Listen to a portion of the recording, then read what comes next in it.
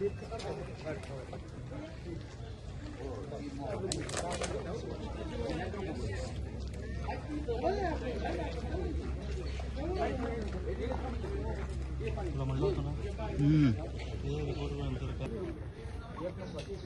पडला पुढे थांबा तुम्ही तिथेच बाकी सांगा हो सर पुढे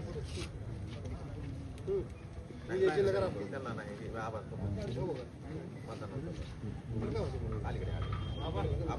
थोडं मागे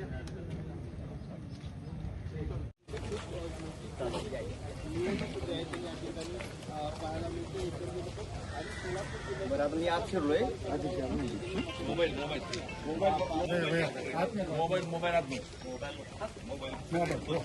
मोबाईल पेन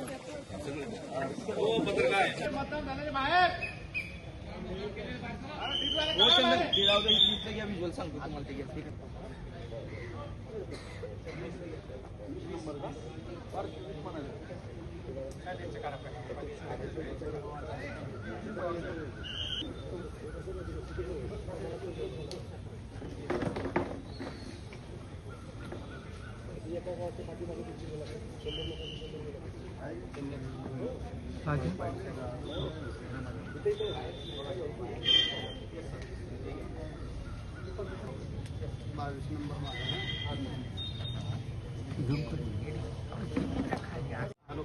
माझा 22 त्यांचा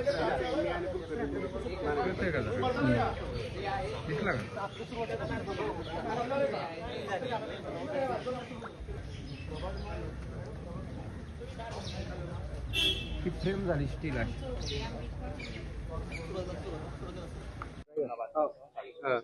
त्याला आज कशा पद्धतीची लढत बघताय की केंद्र ही लढत पूर्णपणे एकतर्फी आहे असं माझं मत आहे. कारण तुम्ही जर बघितलं असेल की संपूर्ण जिल्ह्यातील सर्व पक्षाच्या लोकप्रतिनिधींनी राजाभाऊ राऊत यांच्या पाठीशी उभारण्याचा निर्णय घेतलेला आहे. त्याचं उदाहरण तुम्ही पाहिलेलं आहे. उत्तमरावजी जानकर असतील, अभिजित पाटील असतील, नारायणआबा पाटील हे तर त्या राष्ट्रवादी शरद पवार पक्षाचे अधिकृत उमेदवार आहेत.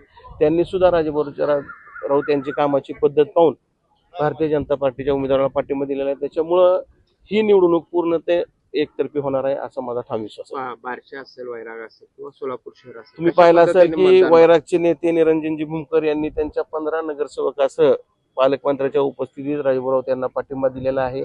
आणि बार्शीतले सुद्धा आमचे विरोधी नगरसेवकांनी सुद्धा आम्हाला पाठिंबा दिलेला आहे. त्याच्यामुळं पूर्णपणे ही फक्त औपचारिकता म्हणून ही निवडणूक लागलेली आहे. विजय ज्या दिवशी फॉर्म भरला त्या दिवशी निश्चित झालेला आहे.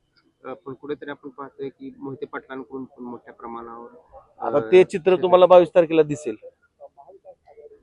अदृश्य शक्ती आमच्या पाठीशी आहे. अदृश्य शक्ती कोणाच्या पाठीमागे हे 22 तारखेला कळेल ना.